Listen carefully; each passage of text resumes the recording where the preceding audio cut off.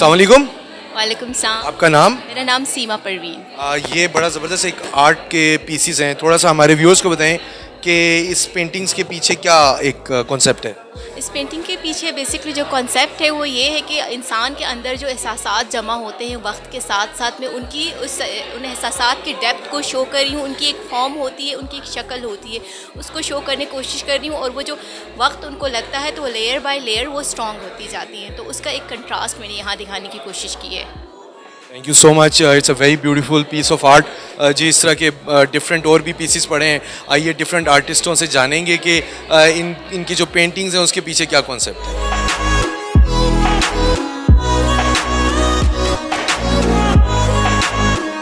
अस्सलाम वालेकुम।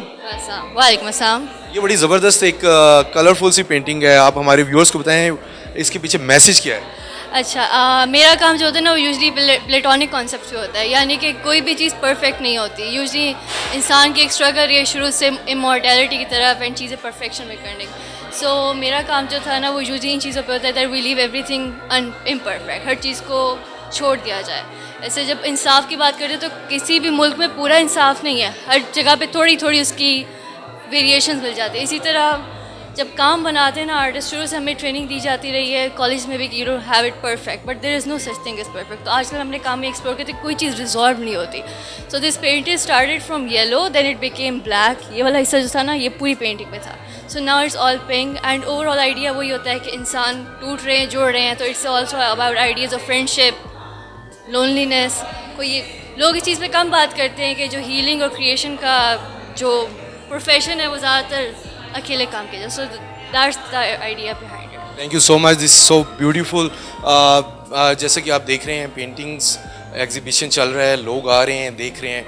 आइए मज़ीद आपकी एक्सक्लूसिव जो इस इवेंट को जिन्होंने ऑर्गेनाइज़ किया है, क्यूरेट किया है, नूर फातिमा, उनसे बात करते हैं और जानते हैं कि ये जो पाकिस्तान में यंग टैलेंट है इनका इंटरनेशनल क्या स्कोप है और इनकी क्या आगे जाकर इनका फ्यूचर है। चले मेरे साथ।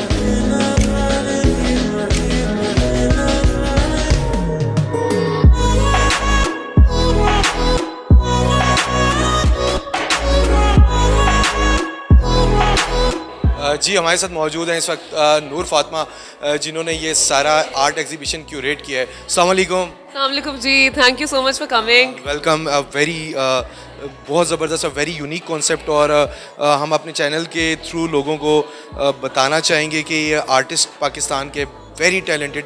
थोड़ा सा बताएं कि क्यूरेटर कौन होता है, थोड़ा लोगों को। क्यूरेटर जो एक होता है, बेसिकली हर गैलरी में एक क्यूरेटर की ज़रूरत होती है। क्यूरेटर जो होता है वो आर्टिस्ट को लेके आता है, वो उनको सपोर्ट करता है कि वो अपना काम दिखाएं लोगों को। सो आप ये कह सकते हैं कि हर आर्टिस्ट को एक क्यूरेटर की ज़रूरत होती है at the end of the day. So ये शो जो है ये बेसिकली 16 आर्टिस्ट अक्रॉस पाकिस्तान, उन सब का काम है। कुछ का ताल्लुक कोयटा से है, कुछ लाहौर से है, कुछ सिंध से हैं और कुछ इस्लामाबाद से भी हैं। अच्छा, थैंक यू सो मच, आपने बताया। इसके अलावा ये बताएं, ये बड़ी ज़बरदस्त पेंटिंग है और ये आपने बिल्कुल एंट्री पे है। इस पेंटिंग का कॉन्सेप्ट बताएं कि ये पेंटिंग। ये पेंटिंग है हामिद अली हम्बी की। हामिद का ताल्लुक सिंध के एक गांव से है। सो हामिद कहते हैं कि उन्होंने सारी ज़िंदगी अपने बुज़ुर्गों से ये कहानी सुनी है कि आप ज़िंदगी में जितने भी नेक काम करेंगे, जितना सवाब कमाएंगे, उसी तरह से आखिरत में अल्लाह जो है आपको रिवॉर्ड देगा।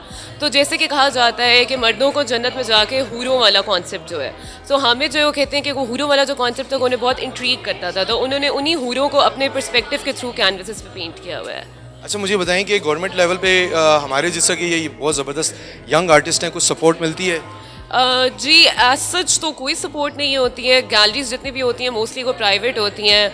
गवर्नमेंट आई डोंट थिंक इतना कोई खास सपोर्ट करती है। गवर्नमेंट के लिए कोई मैसेज यंग आर्टिस्टों के लिए? बिल्कुल, आर्टिस्ट को सपोर्ट करना चाहिए। जैसे कि आपको पता है आर्टिस्ट के लिए इतनी जॉब्स एग्जिस्ट नहीं करती होती हैं, तो अगर उनके लिए आप करियर वाइज उनके लिए और ऑप्शंस खोल सकें तो that be a great thing. Thank you so much, आप बहुत अच्छा काम कर रही हैं।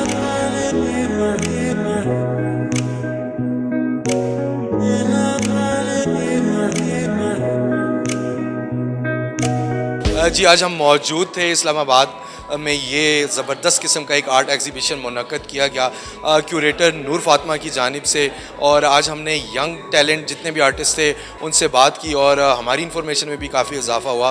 पेंटिंग्स के पीछे क्या हिडन मैसेजेस होते हैं वो आपने आर्टिस्टों की ज़ुबानी सुने, और इस तरह की जो हेल्दी ख़ासकर आर्टिस्टों के लिए जो एक एक्टिविटीज़ हैं बहुत ज़रूरी हैं और बहुत अच्छा काम हो रहा है, और पाकिस्तान को इस फील्ड में इंटरनेशनली बहुत अच्छी जो है एक रिकग्निशन मिल रही है। अपने होस्ट सना चौधरी को इजाज़त दीजिए, फिर किसी नई जगह नए प्रोग्राम में आपसे मुलाकात होगी। अल्लाह हाफिज़।